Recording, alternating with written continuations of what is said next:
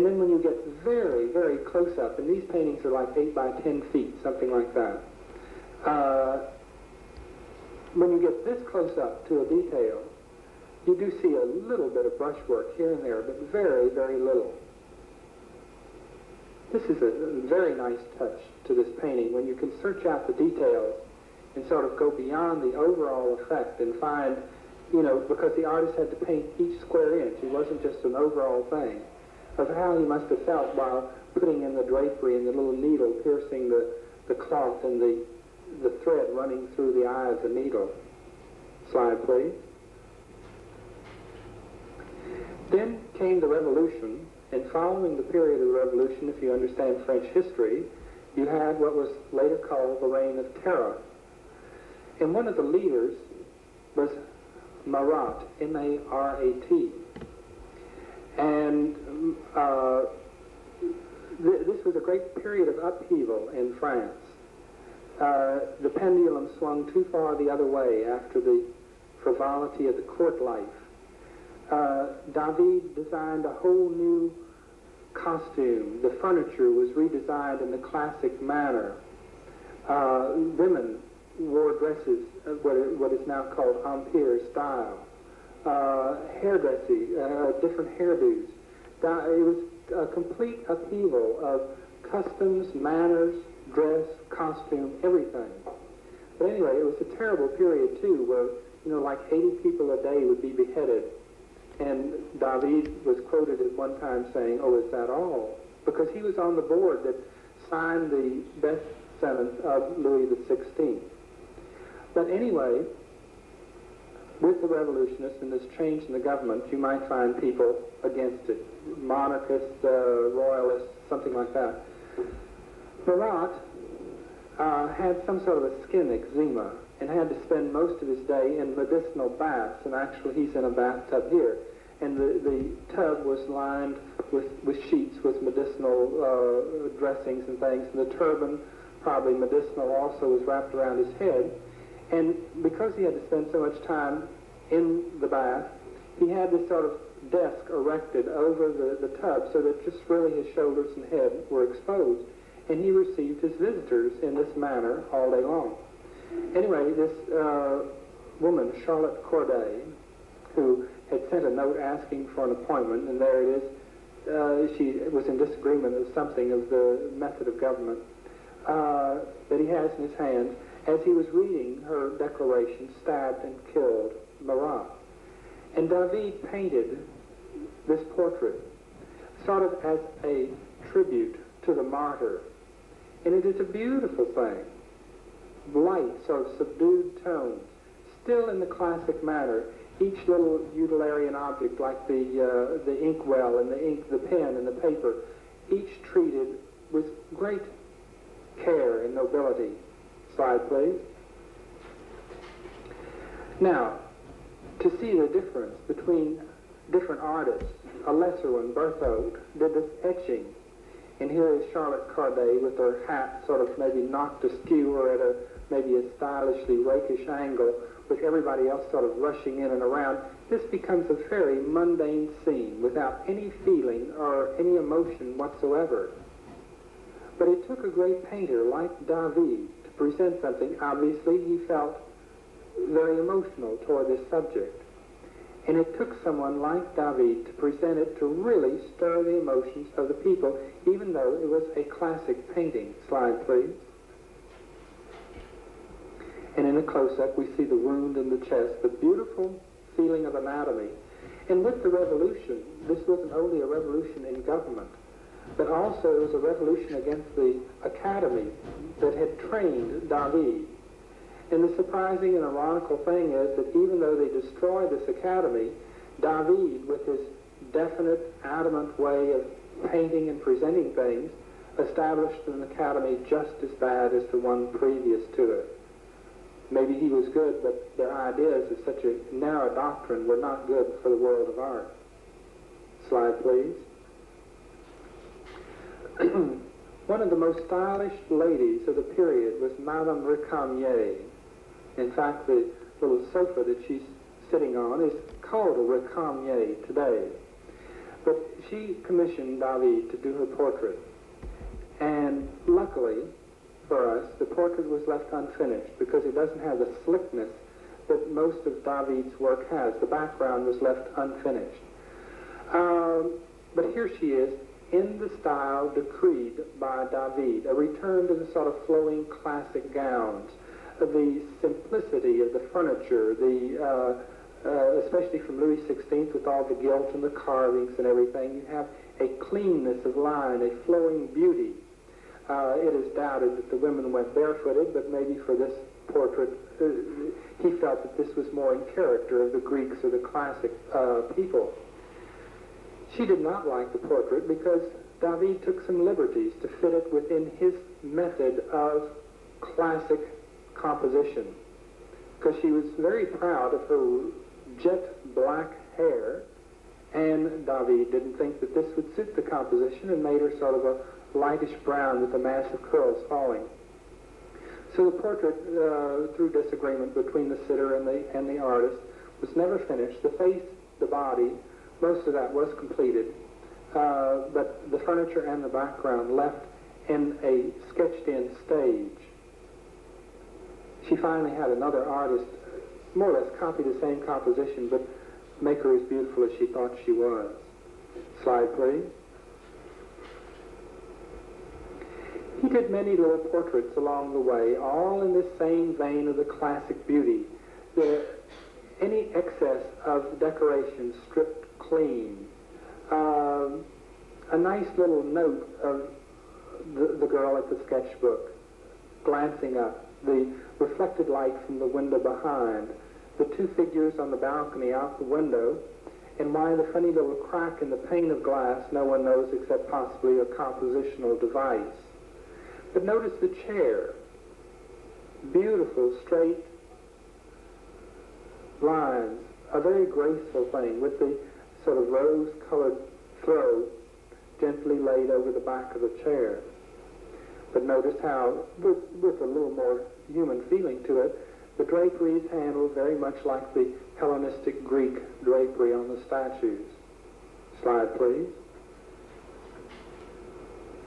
Then, there was a period that when Robespierre fell with the Reign of Terror, the end of the Reign of Terror, David was imprisoned, and he had a very nice life with it. He was imprisoned at Luxembourg Palace, had a window that he looked out onto a beautiful little courtyard, and he did the only landscape of his whole career looking from this window. The governess of his family brought his children each day to play in the courtyard so he could see them. But with the rise of Napoleon, David was exonerated and released from prison after being there only a short stay of a couple of months. But anyway, Napoleon saw the value of this artist to his reign, of the grandiose scale, the treatment of what this artist could do for him as a propagandist. So he became Napoleon's, you might as well call it, court painter. And he did the huge coronation scene. This is something like 102 feet long. It's a tremendous, it has something like over 200 individual portraits within this composition. It shows nothing of David's great style. It's strictly a propagandist-type painting, glorifying Napoleon, crowning Josephine. And I might add that, as we'll see later in slides, that both the face and the figure of Napoleon and that of Josephine is greatly flattered. Slide, please. We have a close-up. This is a very rich painting with all the trappings of the richness of that period of time. It is a little stilted because each thing had to be an individual portrait. He rented a fairly large church to do the interiors, and then piecemealing it together by these individual people sitting for the portraits made it a little difficult to hang this huge, tremendous composition together. Slide, please. And the figure of Napoleon as he raises the crown to place on Josephine's head. Slide, please. In some of the details. But you have to give him credit. The man really knew how to paint. Slide, please. And a closer view of the two ladies in waiting holding the train. He sort of organized this whole conglomeration by this direct light source. If you've noticed, the light is coming sort of from behind and to the left. Slide, please. And a later portrait of Napoleon by David. This is getting into a later period. I didn't give you his dates. He was born in 1748 and died in 1825. So he was at the height of his career during the French Revolution. Slide, please. The second painter, whose work we will see today, is Jean-Dominique Ingres, I-N-G-R-E-S. Dates was 1780, 1867, had a nice long life. This is an early studio model, and it shows immediately that Ingres is more of the classic school. Even though he sort of predates Géricault and certainly goes on past him, he is much more in technique of the classic school, but an introduction of sort of romantic subject matter. Slide, please. In his Academy piece that he entered to win the Prix de Rome, and of course the country was a little reversed financially at this time, and even though he won the Prix de Rome, they didn't have enough money to give it to him for 5 years, so they sort of gave him an allowance or a stipend to work on with some commissions. But in this, it's just really a set Academy piece showing that he knew anatomy, he knew drapery, light and shadow. The landscape was thrown in to show that he could do landscape. And of course, based on a classic theme. It really has no feeling or no emotion to it, other than it is a very slickly painted work. He was a student of David, so that you'll have the very classic effect, and he followed through much more. He was sort of the last staunch holder of classicism. And we find finally, in 1855, sort of a battle between Ingres at the Great Exposition and Delacroix, of sort of the battle between the classicists and the romanticists. But he was the last stronghold of classic painting. Slide, please. Most of his work we'll find in portraits. Now these are very slickly done portraits, elegantly done. And about the only addition that we will see brought into these very calculated, well-done portraits will be a possible extra attention to linear design, to sort of a flowing pattern, especially in the portrait of Madame Revere, that we will see that he did the whole family, that there becomes sort of a lushness to it, a richness that you would not usually find in, say, the portrait of Madame Recamier by David. In comparison, Madame Recamier would be very coldly calculated classic, whereas in Ingres' portrait there's a richness of fabrics, sort of a richness of design that you would not find in pure classicism. Slide, please. Ingres followed David for a long time. Financial reverses, he was never in the position that David held, being independently wealthy, and relied on these portrait commissions for his income, and also commissions from the government to provide the income for him. Slide, please. In this portrait of Madame Revere, we see this beautiful surface, how the portrait starts moving. This is really a beautiful attempt at almost an Eastern influence in classic painting, going beyond the Greek period and going more into the Eastern area of where you have textures of fabrics like the very plush velvety cushion that she's leaning against, even changing it into this oval format gives a more sensuous effect of the continuing curved line rather than the angular lines of a vertical or horizontal.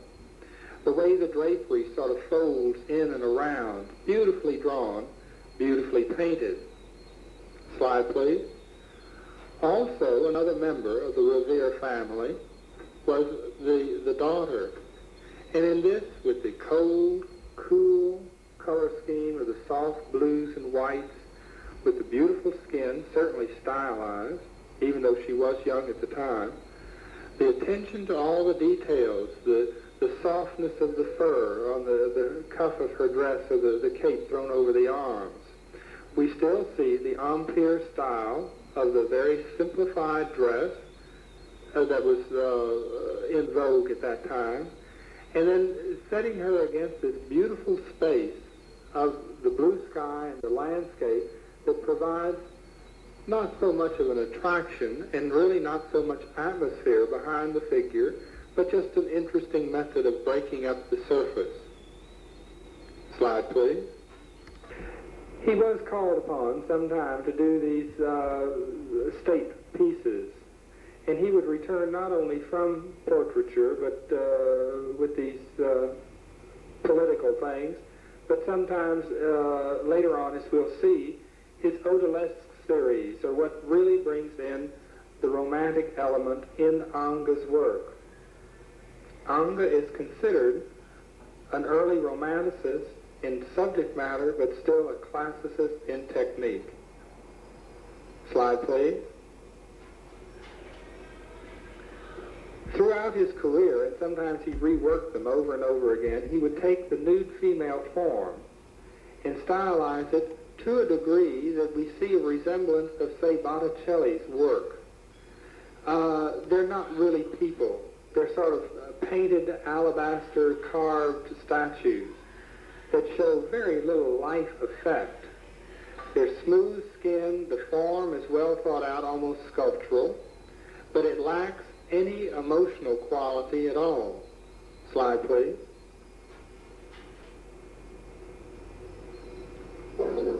His handling of silks and draperies is masterful. The surfaces of his paintings, the paint is applied in a fairly opaque layer, but very smooth, is applied with a very soft sable brush. The modeling, blending, perfectly done. Slide, please.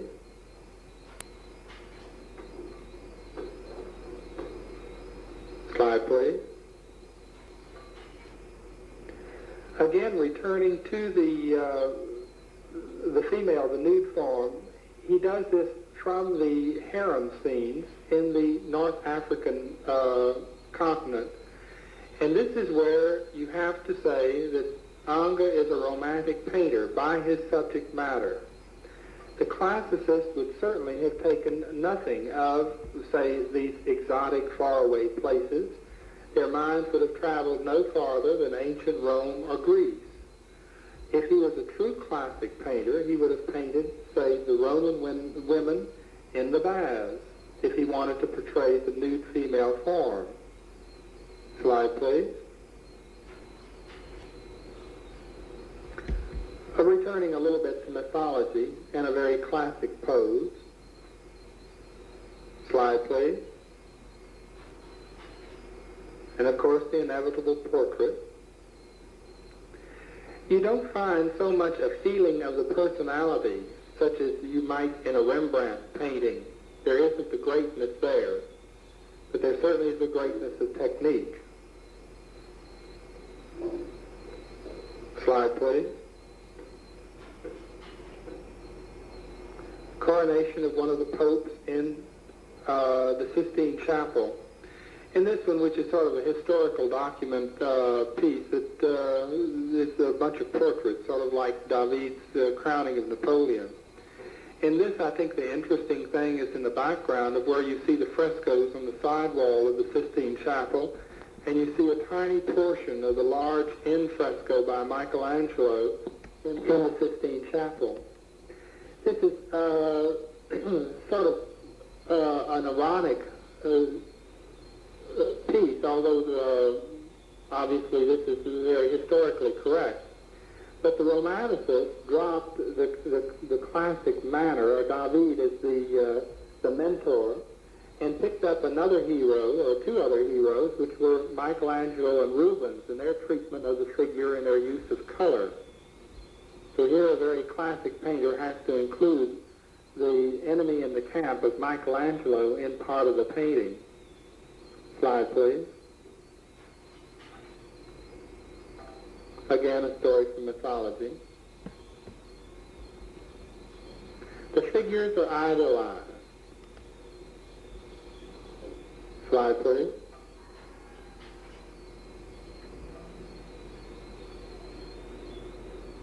Slide, please.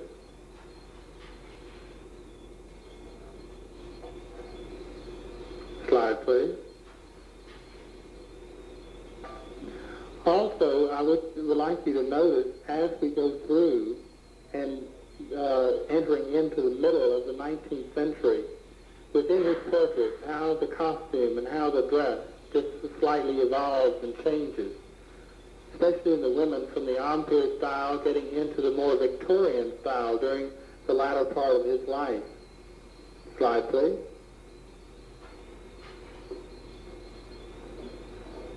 Some people, I guess, he just couldn't flatter. Slide, please. This is sort of an allegory that's done in the weird, sort of dreamlike fantasy colors. It's a vision painting. Slide, please. And then another coronation scene done in vivid red. These do not have much merit, really. His fame rests mainly on his odelettes, so the harem girls, and his portrait. Slide, please.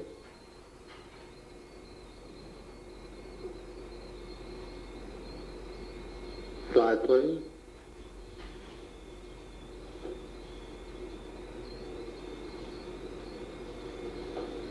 Slide, please.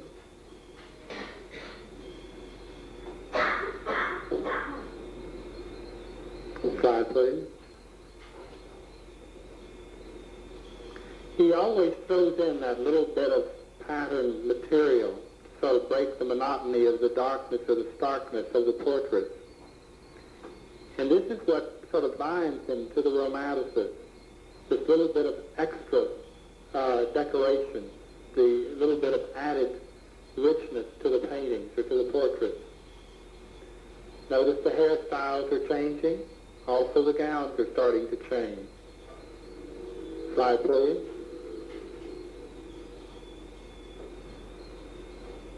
And as usual, the men's clothes have a much slower evolution. Slide, please.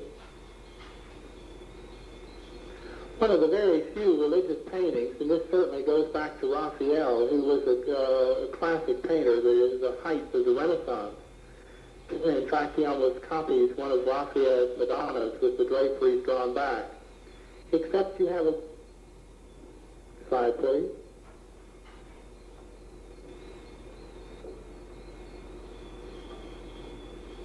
Slide, please. Around the 1850s, he did the whole series called the Turkish Baths, and again he uses his figures over and over again, reworking them at a later date, changing the patterns of his painting. But basically, it's the same figure form used in other situations. Slide, please. Close than you are with a woman's portrait. Slide, please. Some of these things look mighty peculiar, maybe old-fashioned to us today, but these things were just thoroughly enjoyed by members of the Academy. This continues all the way up into 1855, where in the middle of the 19th century you really start having the classic use in painting sort of in very bad taste. It just degenerates into sort of murky, uninteresting sort of where the classic figure is just overdone. Slide, please. Handel was really at his best in presenting the odalisque, or the harem girl. They're nice, sort of simplified, classic forms of the female figure. And yet he produces this rich, lush sex with the background, with the pose, although the pose is simplified, modified, but with the richness and the use of the fabrics that surround the figure. Slide, please. And this is probably one of his greatest ones.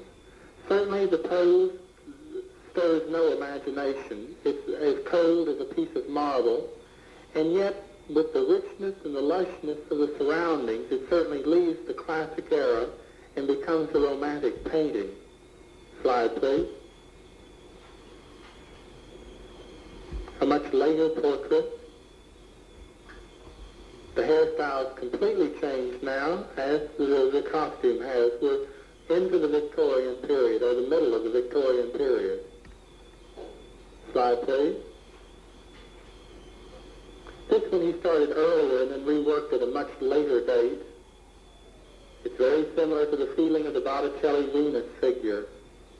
Slide, please.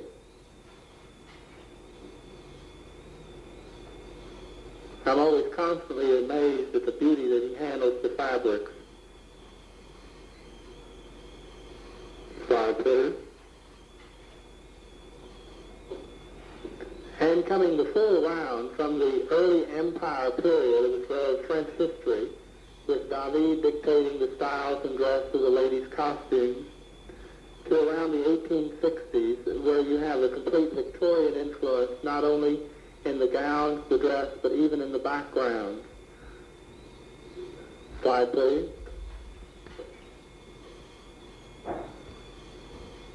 Beautiful lighting in this portrait. Slide, please. Coronation of King Charles by St. Joan. Slide, please.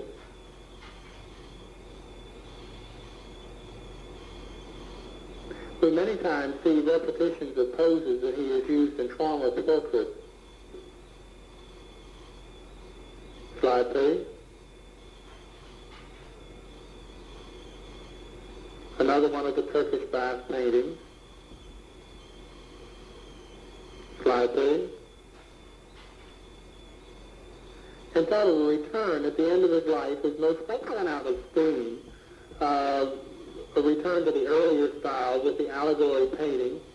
And this again is the story of Antiochus and Statue that we saw that David won his Prix de Rome on.